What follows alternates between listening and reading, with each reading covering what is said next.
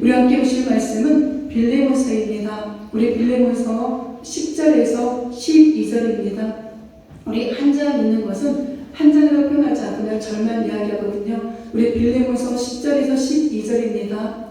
갇힌 중에서 낳은 아들 오네시모를 위하여 내게 간구하노라.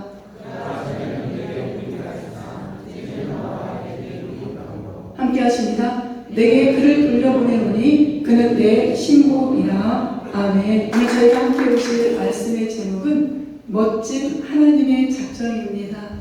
하나님의 작정을 믿으시는지요? 믿으셔야 됩니다. 우리 수요일날 수요일이 문답을 저희가 강의를 하고 있는데 그때도 하나님의 작정에 관한 이야기를 우리가 함께 나눴었습니다. 우리 성도님들은 어떠실지 모르겠지만 저는 그때 수요일 문답 강의를 하나님의 작정에 관한 부분을 설교하면서 준비하면서도 굉장히 제 스스로 하나님께 감사했고 설교를 하면서도 하나님이 주시는 은혜가 참 많았었습니다. 이 하나님의 작정을 생각한다면 우리는 모든 상황이 다 감사할 수밖에 없다는 사실이죠. 하나님의 작정을 인정하시고 믿으셔서 모든 삶 가운데 감사와 기쁨이 회복되시기를 주님의 이름으로 축복합니다.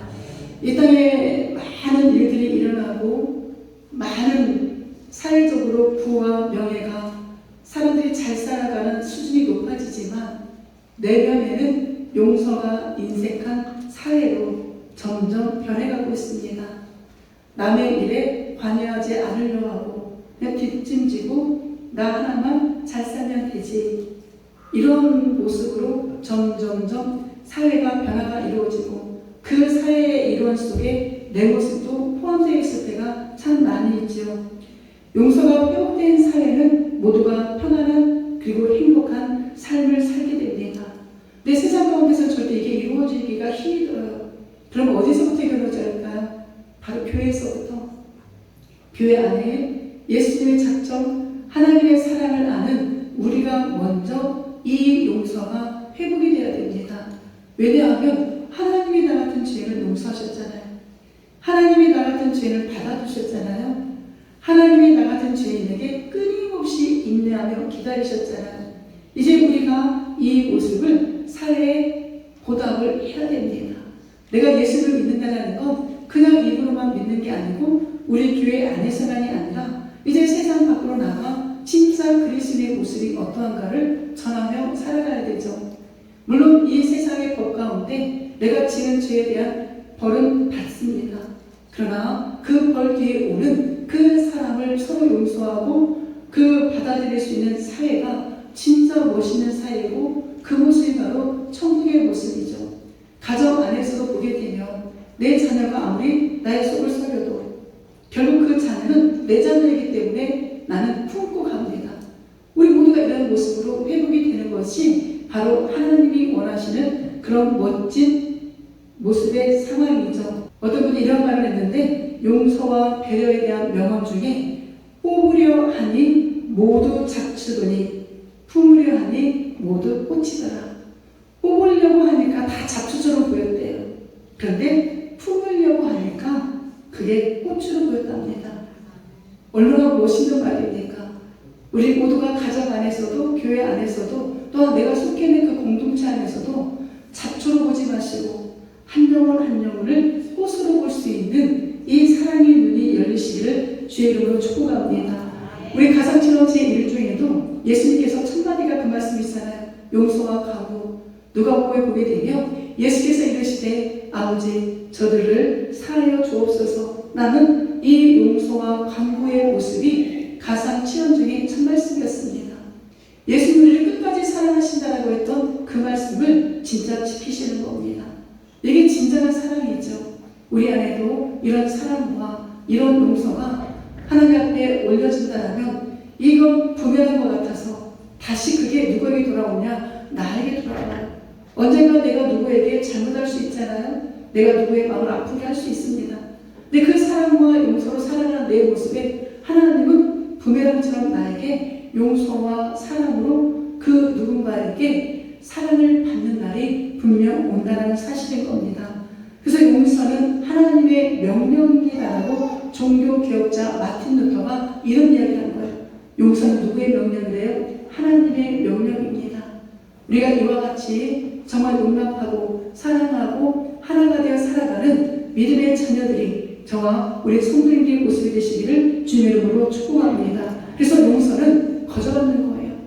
우리가 먼저 용서를 받았습니다. 하나님부터 용서를 먼저 받았기 때문에 이제 이 용서를 우리가 흘려보내야 되죠. 이게 바로 예수님을 믿는 하나님의 공유를 입은 우리 그리스도인들의 참 모습이 되어야 될 줄로 믿습니다. 하나님의 작정을 믿을 때, 하나님의 계획을 믿을 때 진정한 용서와 사랑이 우리의 성품이 되는 거예요. 우리의 성품의 변화가 일어나야 됩니다. 사랑으로 가득 찬 성품, 용서로 가득 찬 성품, 주님의 심장으로 가득 찬 성품. 그럴 때 하나님 작정 안에서 이 모든 일들이 되어져 가는구나 알게 된다는 사실입니다. 이렇게만 살아간다면 우리의 주변에 얼마나 날마다 웃는 일이, 얼마나 날마다 행복한 일들이 펼쳐지게 될지 기대하셔도 좋습니다. 오늘 빌레몬서를 너무나 많이 설교 들으셨잖아요. 한 장밖에 되지 않기 때문에 저도 이렇게 한 장으로 되어 있는 그 본문을 설교하려면 굉장히 많은 고민합니다. 왜냐하면 저도 수도 없이 설교를 했고 우리 성도님들도 수도 없이 들었는데 똑같은 설교를 할 수가 없잖아요. 이걸 어떻게 바꿔서 오늘 지금 이 순간 우리에게 하나님이 말씀하시는 게 무엇일까? 그 상황에 따라 이 말씀을 준비합니다. 그러나 이제 먼저 이 배경은 이 빌레몬서가 어떤 내용인가를 알아야 되는데 여기에 세 명이 등장합니다. 이 빌레몬서를 쓴 옥중서신을 쓴 바울 목사님이 등장합니다. 그리고 그 편지를 받게 되는 빌레몬이라는 사람이 등장하고 그 빌레몬의 종이었던 오네시모 이를 그 빌레몬에게 다시 권면하는 이 세 사람이 등장을 하게 되죠. 근데 먼저 이 바울 목사님 참 지혜로우십니다. 이런 목회자를 저도 본받아야 되는데 어떤 그 서신을 쭉 읽다 보면 어떤 누구에게 책망할 일이 분명히 있다 할지라도 책망을 먼저 하지 않아요. 그 사람이 가지고 있는 달란트, 그 교회가 가지고 있는 장점을 먼저 칭찬합니다. 아니나 다를까 바울 목사님이 빌레몬서를 쓰면서 빌레몬에게 칭찬을 하게 되는데 그 빌레몬이라는 사람이 부유한 사람이었습니다. 노예를 데리고 있을 정도였으니까요. 근데 이 빌레몬이라는 사람이 주님 안에서 믿음의 교제를 하고 있대요. 그리고 그 빌레몬의 행한 그 모든 모습들이 많은 사람에게 평안을 주고 많은 사람에게 사랑을 주고 많은 사람에게 기쁨을 주고 많은 사람에게 위로를 준다라고 오늘 빌레몬 초반에 그 빌레몬을 칭찬하는 거예요. 내가 멀리서나마 들어보는데 빌레몬이요, 당신은 그 믿음의 교제를 온전히 이루고 있는데 수많은 사람에게, 많은 사람에게 평안을 주는 사람, 사랑을 주는 사람, 기쁨을 주는 사람, 위로를 주는 사람, 그래서 얼마나 감사한지 모른다라는 이 칭찬의 메시지를 먼저 올려드립니다. 우리가 이런 모습이 돼야 되겠죠. 누군가가 나를 생각할 때 저 사람을 생각하면 저 사람을 생각하면 웃음이 나고 저 사람을 생각하면 사랑이 넘치고 위로를 받게 되고 기쁨이 넘치는 참 평안하는 그런 느낌을 주는 사람이다라는 그 칭찬의 소리가 오늘 우리의 모습이 되어야 됩니다. 예수님을 믿는다는 건 이런 변화가 우리 안에 있어야 된다는 사실인 거죠. 자, 그렇다면 오네시모는 누구냐? 빌레몬 가정의 노예였습니다. 빌레몬의 근데 돈을 훔쳐서 도망을 가게 돼요. 내 도망을 가게 됐는데 이게 바로 하나님의 작전이죠. 하나님의 계획이죠. 오네시모를 하나님이 창세전부터 택하셨기 때문에 주인의 돈을 훔쳐서 달아났는데 딱 하필이면 누구를 만나냐? 바울 목사님을 만나게 돼요. 바울 목사님이 로마 감옥에 1차로 연금되어 있을 때, 그 같은 연금되어 있을 때 그 상황에서 이 오네시모를 만나게 됩니다. 이게 오네시모에게는 복인 겁니다. 뒤에 가서 다시 설명을 해드리겠지만 모든 상황이 그냥 일어나는 게 아니라는 거, 우리가 이 사실만 알게 되더라도 우리는 그 모든 상황 가운데서 감사로 하나님께 영광을 올려드릴 수가 있다는 사실이죠. 그리고 후반부에 가게 되면 바울 목사님 확신을 해요. 빌레몬 성도여, 당신의 돈을 훔쳐서 달아난 배신자 오네시모였지만 이 사람 지금 나의 신복입니다. 그러니 내가 보증을 설 테니까 이 오네시모를 다시 돌려보낼 테니까 이 오네시모를 이제 노예로 받아주지 말고 믿음의 형제로 받아달라고 서신을 보내는 거예요. 그런데 반드시 나는 믿는다는 그 확증을 합니다. 오늘 이게 우리 교회 안에서 회복이 되어지고 우리 가정 안에서 회복이 되어지고 우리가 속해 있는 공동체 안에서 이런 확신이 있다면 그것이 얼마나 감사가 넘치고 진짜 예수 믿는 사람들의 공동체인 걸 하나님도 기뻐하시고 많은 사람도 기뻐하겠지요. 바로 하나님의 작정, 계획과 뜻을 알았던 겁니다. 하나님이 오네시모를 도망치게 한 이유가 있었구나. 그곳에 있었다라면, 노예로만 평생 있었다라면 구원받을 수가 없었던 거예요. 그러니까 잘못된 일이지만, 오네시모가 잘했다는 게 아닙니다. 잘못된 일이지만 그래서 결국에는 감옥에 왔잖아요. 근데 그 감옥에 온 이유가 누구를 만나야 됩니까?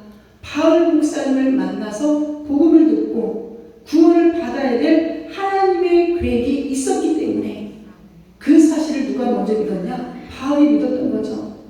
예수 그리스도를 통해서 구원의 계획을 세우신 주님. 빌레몬에게는 그가 배신자일 수 있고 절도죄일 수 있고 도망자일 수 있으나 하나님의 눈에 오네시모는 구원받은 하나님의 자녀인 거예요.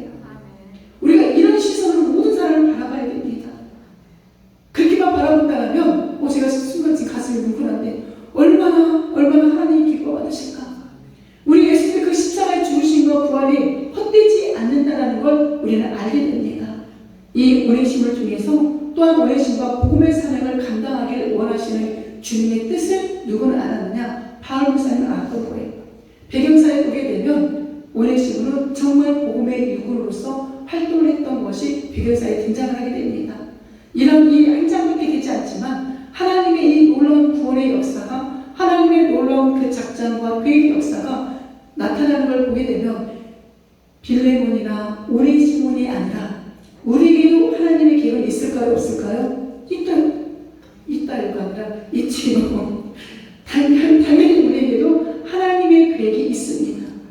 그 계획을 믿으시고 그 계획에 따라 순종하며 기쁨으로 감사로 행복함으로 살아내시는 저와 우리 성도님들이 되어셔야 됩니다.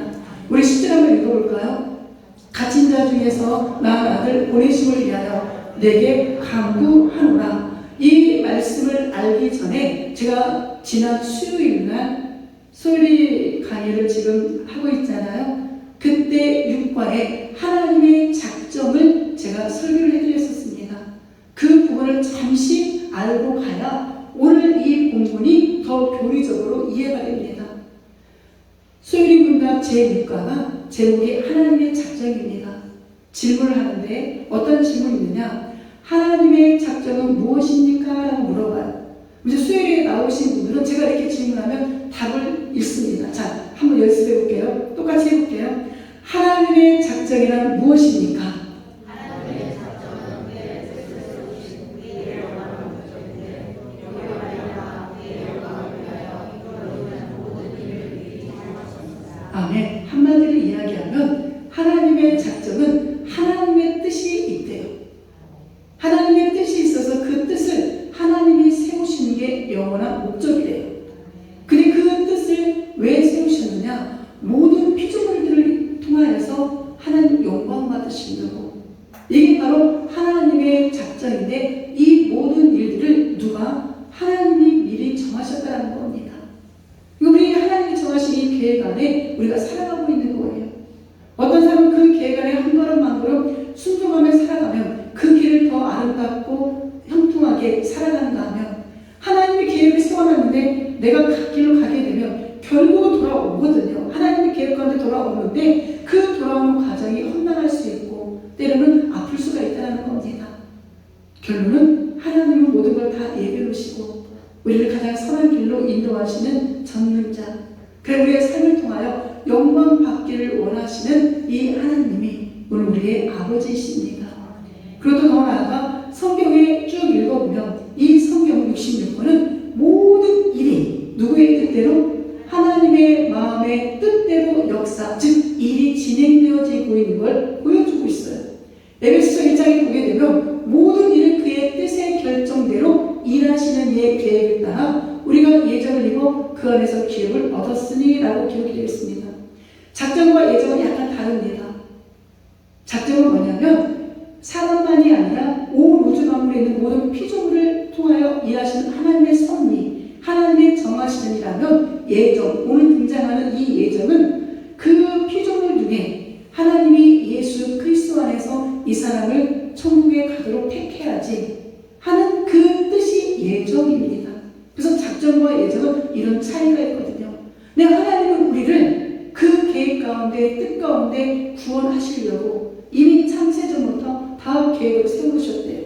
그러니까 그 계획 가운데 우리가 이 자리에 앉아있으니 얼마나 감사합니까? 다시 한번 말씀을 드리면 이 땅에 일어나는 모든 일은 우연이 있을까요? 없을까요? 우연이 없어요. 세상 사람들은 우연이라고 이야기합니다. 우발적이라고 이야기합니다. 그러나 하나님의 뜻에 봐서 보면 우연이 아니라 하나님의 계획 가운데 이루어지는 거죠. 우리가 그런 걸 보게 된다면 아무런 이유 없이 일어나는 일은 결코 없다는 거 우리 믿음의 사람들은 고백하고 나아가야 됩니다. 이 작정의 목적이 뭐냐? 에베소서 1장 11절에 보면 모든 일을 그의 뜻의 결정대로 일하셔서 우리를 예정 가운데 임하셨다 했잖아요. 그 뒤에 보게 되면 우리가 그리스도 안에서 전부터 바라던 그의 영광에 찬송이 되게 하려 합니다. 아멘.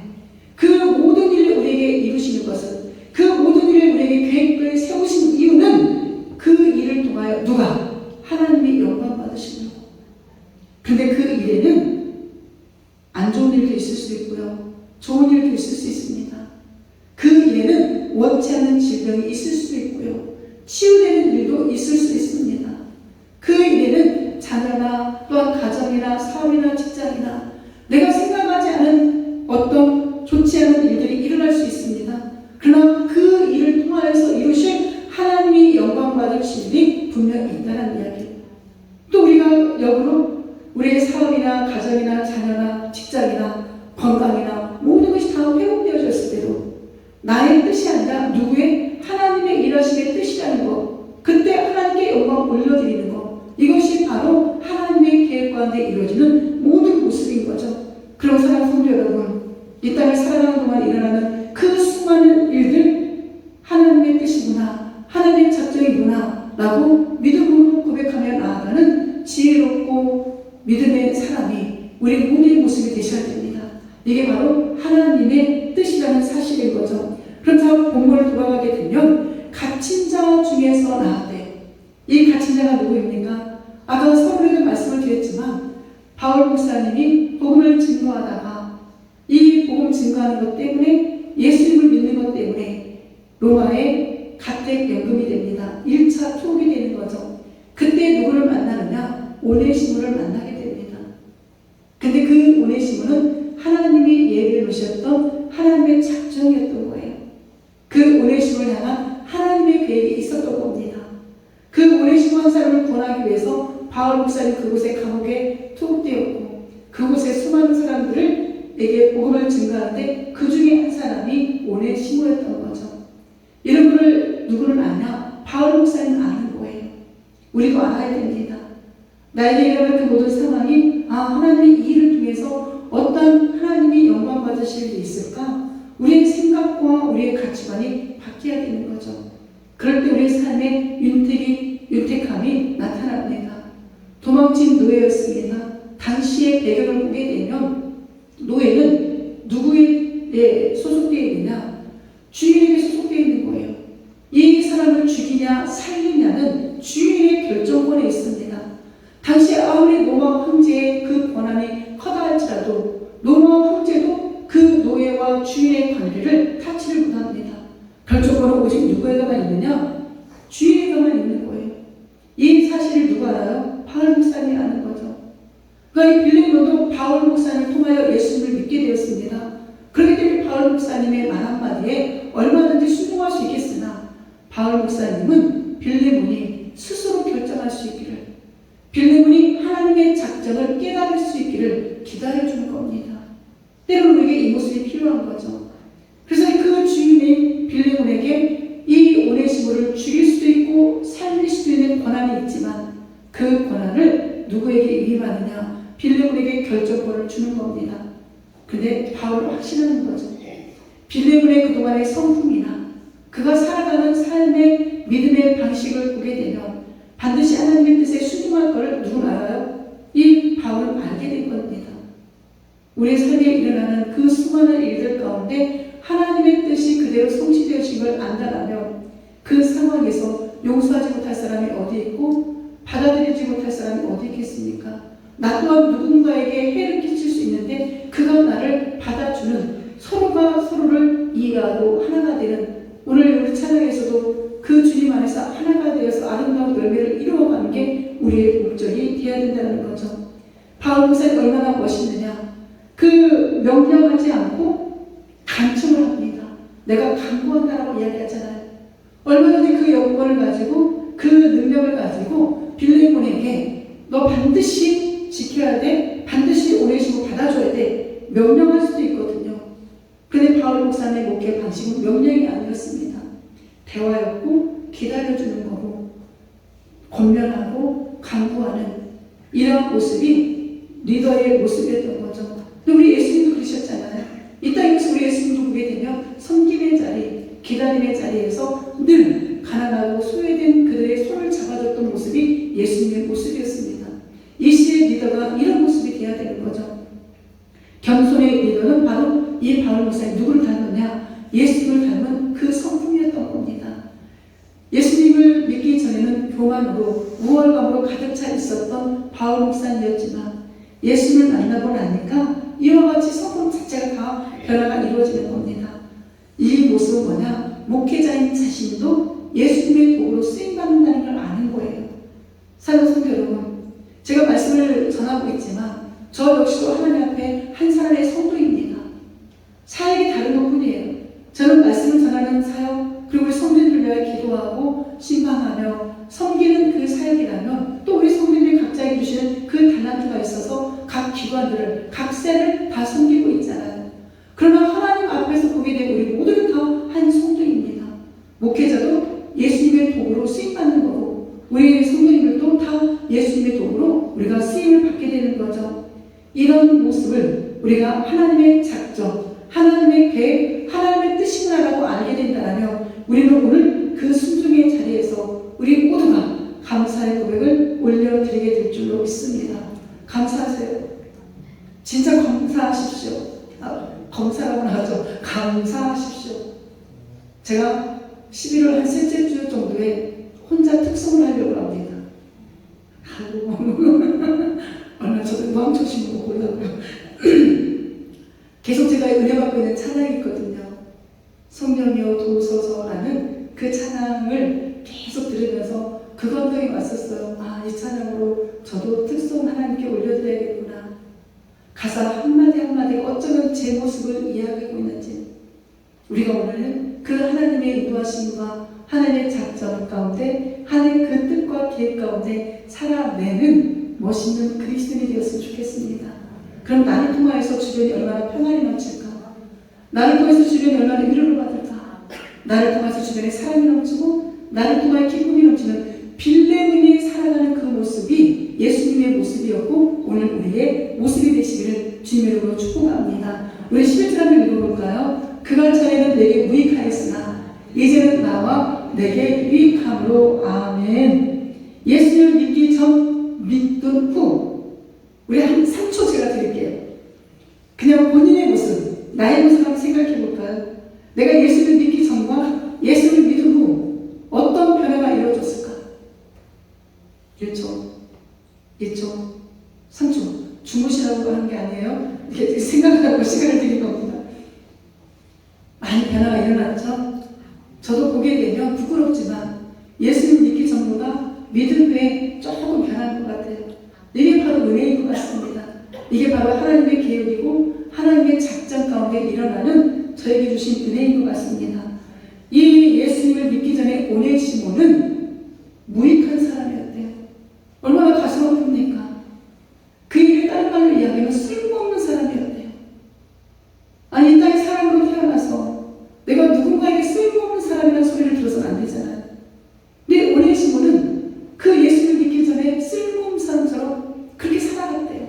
왜냐면 자기의 생각도 없죠. 자기 의견도 없죠. 그저 짐승처럼 주인이 하는 대로 살아갔을 거니까. 근데 하나님이 얼마나 멋있냐면 하나님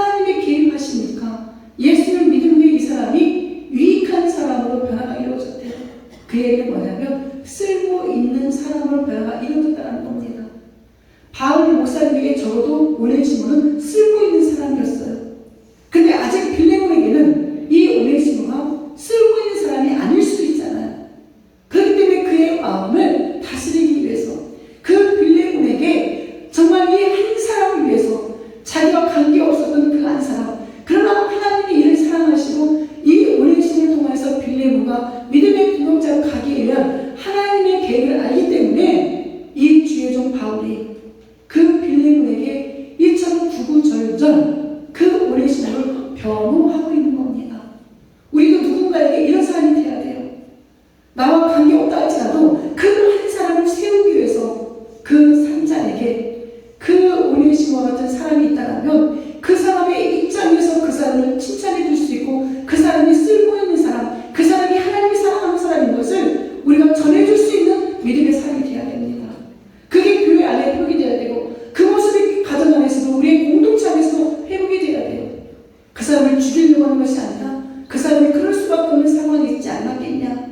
그 사람을 용납하고 그 사람이 과거에는 무익한 사람이라 할지라도 즉 쓸모없는 사람이었다 할지라도 이제는 예수 안에서 쓸모있는 사람이 되었으니 이 사람을 새로운 시각으로 좀 바라봐다오. 이렇게 권면할 수 있는 멋있는 바울과 같은 모습이 저와 우리 성도님의 모습이 되시기를 주님의 이름으로 축복합니다. 사랑하는 성도 여러분, 복음이 그래서 좋은 거예요. 예수를 믿는 것이 바로 가장 무익한 자를 유익한 자로 만드는 하나님의 능력이 있기 때문에 그래서 복음을 우리는 믿어야 됩니다. 즉 예수님을 믿어야 되는 거죠. 죄는 하나님과 사람 앞에 무익한 자입니다. 그러나 구원받게 되면 예수님을 믿게 되면 하나님과 사람 앞에 더 이상 무익한 사람이 아니라 유익한 쓸모있는 사람이 되는 거예요. 내가 다른 사람과 가진 달란트가 적다고? 아니요. 5달란트, 3달란트, 1달란트 사건 다 아시잖아요. 우리에게 1달란트가 있다 할지라도 3달란트가 있다 할지라도 5달란트가 있다 할지라도 나에게 주신 만큼만 주님 앞에 일하시면 됩니다. 나에게 있는 만큼만 주님을 섬기면 되는 거예요. 그러면 1달란트나 5달란트나 다 똑같이 하나님 앞에 똑같은 칭찬을 받게 되는 겁니다. 이제 우리의 삶이 하나님의 작전 가운데서 쓸모있는 인생이 되어야 돼요. 쓸모있는 인생이 될 수 있도록 우리가 인정해줘야 됩니다. 그렇게 믿어줘야 됩니다. 그리고 그렇게 손잡고 가야 됩니다. 우리 성도는 과거에는 나쁜 열매를 맺는 삶이었다 할지라도 예수를 믿고 난 이후부터는 좋은 열매를 맺는 최상품의 포도나무가 이사야서에 말씀하신 것처럼 최상품의 가치 있는 그런 하나님의 걸작품이 되어진 겁니다. 이런 변화된 삶이 어디 안에서 하나님의 작전 가운데 있었던 거예요. 그러니 하나님의 작전이 얼마나 멋있습니까? 우리 고린도서 15장 17절에 우리가 잘 아는 말씀이 있잖아요. 우리 한번 읽어볼까요? 그런즉 누구든지 그리스도 안에 있으면 새로운 피조물이라 이전 것이 지나갔으니 보라 새 것이 되었도다. 예수님 믿기 전과 믿음은 후에 우리의 삶의 모습은 달라졌습니다. 이제 새로운 것으로 즉 예수님의 사람으로 하나님의 자녀로 거듭난 우리의 인생입니다. 그럼 우리는 예수님을 닮아가야 되고 그 예수님의 귀한 열매, 아름다운 열매가 우리의 삶의 열매로 분명 나타나게 될 겁니다. 그래 그 작정이 무엇입니까? 라고 질문했던 그 목적에 맞게 우리의 삶을 통하여 하나님 영광 받으세요. 내 삶이 때로는 내 뜻대로 하고 싶은 때가 있었지만 하나님이 우리의 마음을 다스려 주셔서 하나님 영광 받으시기에 합당한 모습으로 변화가 이루어졌습니다 라고 기도할 때 저 스스로도 기쁘고 하나님도 얼마나 기쁠까. 이런 모든 회복된 모습이 저와 우리 성도님 되시기를 다시 한번 주님의 이름으로 축복합니다. 아멘. 우리 심정을 읽어볼까요? 내가 그를 돌려보내노니 그는 내 신복이라. 아멘. 바울의 그 모습 빌레몬에게 결정권을 주었다라고 제가 조금 전에도 말씀을 드렸었습니다. 우리 출애굽기 21장에 보게 되면 종은 상전의 재산이다라고 이야기해요.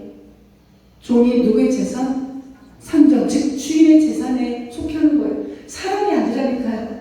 인격체가 아니에요. 그냥 그 노예는 내가 가지고 있는 돈, 내가 가지고 있는 짐승과 같은 내 재산의 일부인 겁니다.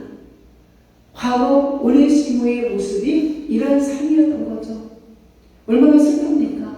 사람은 태어나서 사람의 대접을 받지 못하고 누군가에게 인격적으로 대접받지 못한 것처럼 슬픈 일은 없습니다. 그런데 하나님은 바울 목사님에게 이 오네시모를 하나의 인격체로 하나님의 자녀로 예수 그리스도를 통하여 구원받은 백성으로 바라볼 수 있는 심정을 허락하신 겁니다. 그래서 현재 바울 목사님이 이 서신을 쓴 그 현재 과거의 오네시모는 한 사람의 재산으로 취급받는 인생이었다면 이제는 바울에게 신복이래요. 이 신복이라는 원어의 의미를 보니 창자 마음인 겁니다. 즉 내 신체의 일부라는 거예요. 우리가 누군가를 바라볼 때 이런 모습으로 바라볼 수 있는 모습이기를 간절히 소원합니다. 내 옆에 있는 성도가 내 심장이고 내 창자와 같다니까요. 창자가 없으면 우리는 죽습니다. 심장이 멈추면 우리는 죽어요. 그러니까 정말 친구로 여겨줘야 돼. 그런 의미에서 우리 옆에 분에게 당신은 나의 신복입니다. 또 다른 말로 당신은 나의 창자입니다. 당신은 나의 마음입니다. 아멘. 우리가 이렇게 주 안에서 한 몸이라는 이런 가치관을 가지고 살아가게 된다면 얼마나 감사할까요? 얼마나 삶이 유익할까요? 얼마나 삶에 힘이 날까요? 정말 많은 사람들이 지치고 힘들어하잖아요.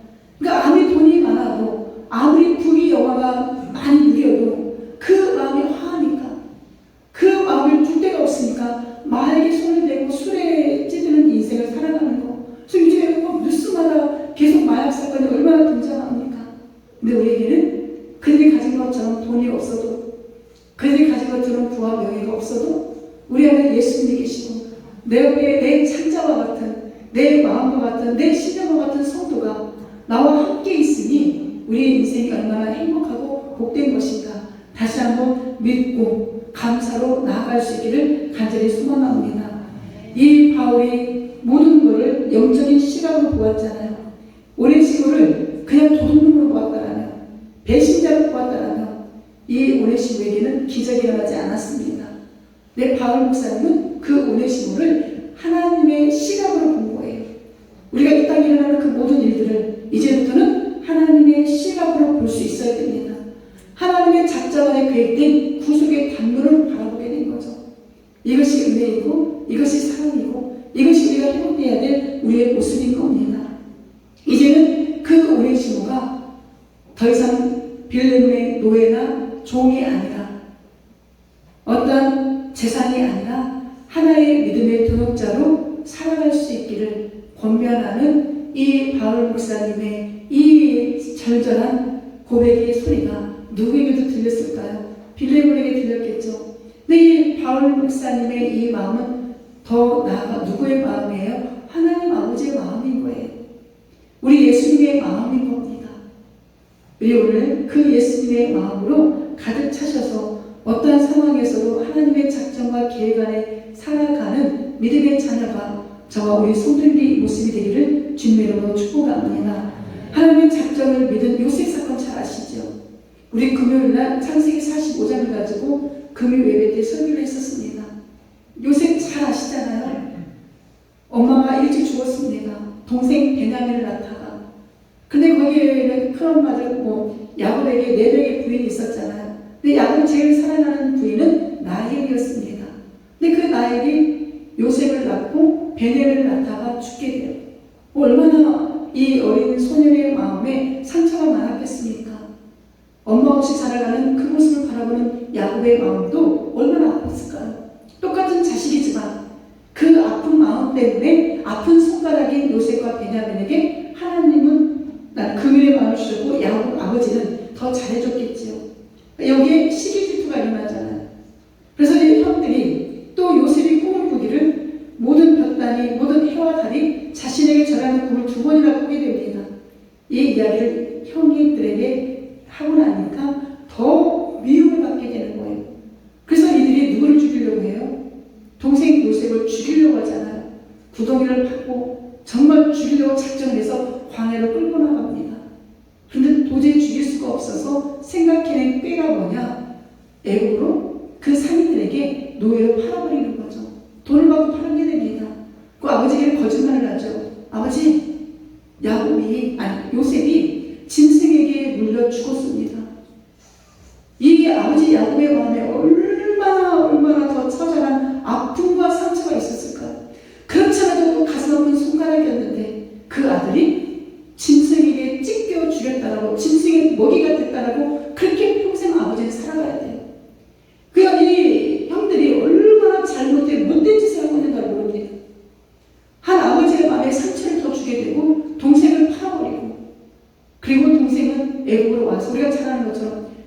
말에 가정의 노예로 있고 또 성추행범으로 감옥에 끌려갔지만 성경은 두 번 연속하여 그 요셉에게 뭐라고 얘기한다겠죠? 하나님이 함께 하심에 형통하더라. 우리의 생각은 이해가 안 돼요. 그런데 하나님은 그곳에서 감옥에서 있다가 30세가 되던 해에 바로의 꿈을 해몽하게 하셨고, 바로 감옥에 있던 죄수의 신분에서 애국의 강대국의 국무총리 자리에 올라간다니까요. 근데 왜 30세까지 기다렸다고요? 모든 공적인 권한이 30세부터 있습니까? 이거 하나님의 이해는 계획을 세우지 않으면 어떻게 이런 일이 일어날 수가 있겠습니까? 그리고 요셉의 꿈에 7년 동안 기근이 있는데 그 기근 때문에 아버지와 먼저 형들이 양식을 사러 와서 누구를 만나요? 요셉을 만나잖아요. 그런데 요셉이 내 정체가 이렇습니다. 당신의 동생입니다라고 밝히고 나니 이제 난 죽었구나, 끝장났구나 생각하지 않겠어요? 아버지한테 거짓말했고 동생을 죽이려고 했고 세상에 노예를 팔아버렸는데 그 동생이 한 나라의 국무총리가 되어 있으니 이제 우리는 죽었구나. 그때 이 요셉이 하나님의 작정을 믿고 이 말을 형들에게 전해주는 거예요. 뭐라고 전해주느냐? 하나님이 큰 구원으로 당신들의 생명을 보존하고 당신들의 생명의 주권 누구에게 있다? 하나님께 있습니다. 당신의 후손들을 세상에 두시려고 당신들만이 아니라 당신들의 자손들까지 이 세상의 민족을 이루려고 나를 당신들보다 먼저 이곳에 보내신 거예요. 멋있지 않나요? 그런데 나를 이리로 보내시는 이는 당신들이 아니요 하나님이시라. 아멘이지요. 이 요셉이 말이 그렇지. 거기까지 노예를 끌려가 구덩이에 팔에 묻혀있고 얼마나 그때가 17세 청소년이었거든요. 그 배경사를 보게 되면 이 아이가 얼마나 무서웠을까. 언어도 통하지 않은 그곳에 끌려갔을 때 이 아이의 마음에 얼마나 두려움이 있었을까. 그러니까 이 아이가 전적으로 의지할 수 있는 분은 하나님밖에 안 계셨던 거예요.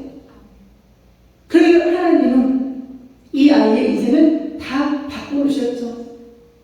그리고 나서 성인이 된 이 요셉이 하나님이 나를 바로에게 아버지를 세우고 온 집의 주로 삼으시고 애굽 땅의 통치자로 삼으셨습니다. 이 일을 행하시려고 당신들을 도구로 사용하셨으니 절대 나는 당신들에게 범하지 않습니다. 이거 다 하나님의 뜻입니다. 이런 멋진 신앙의 고백, 멋진 삶의 모습이 저와 우리 성도님들이 되셔야 됩니다. 우리 예수님의 구원의 작정도 그냥 있는 게 아니잖아요. 비하와 승기를 보게 되면 하나님이 인간의 모습을 땅에 오셔서 고난과 죽음과 그 장사된, 근데 그곳에서 부활하시고 승천하시고 영광 받으시고 재림하시고 언젠가 다시 땅을 오실 그 구원의 계획이 예수님에게도 하나님의 작정이 이렇게 있는 거예요. 하나님은 우리 인간의 삶을 책임져 주시지 않을까요? 하나님은 지금도 일하고 계십니다. 하나님의 손 지금도 쉼 없이 우리를 일하고 계시는 그 하나님만을 바라볼 수 있기를 간절히 소망합니다. 나의 삶의 모든 일에 오직 하나님의 작정, 계획과 뜻이 이루어짐에 감사하셔야 돼요. 우리 하나님께 감사의 고백을 올려드려볼게요. 하나님 감사합니다. 모든 일에 감사합니다. 이게 바로 하나님의 작정을 믿는 우리의 모습인 거죠. 실수하지 아니하시는 하나님, 그 예수님의 통치와 다스림이 오늘 우리에게 임하므로 우리는 오늘도 그분에게 순종하고 오직 믿음으로 살아내셔서 이 땅의 삶에 날마다 웃음꽃이 피는, 날마다 형통이 임재하는 복된 삶이 되시기를 주님의 이름으로 축복합니다. 아멘. 가슴에 손을 얹고 그렇게 기도합니다. 나는 하나님의 작정을 믿고 순종하며 살겠습니다. 다시 한번 고백합니다. 나는 하나님의 작정을 믿고 순종하며 살겠습니다. 아멘. 이제는 우리 주 예수 그리스도의 은혜와 하나님 아버지의 영원과 신사랑과 성령 하나님의 인도 교통고 역사하심이 그 멋진 하나님의 작정을 믿는하고 고백하는 살아 절박한 모든 성도의 신앙의 고백 위에 이제부터 영원토록 함께 있을지어다. 아멘.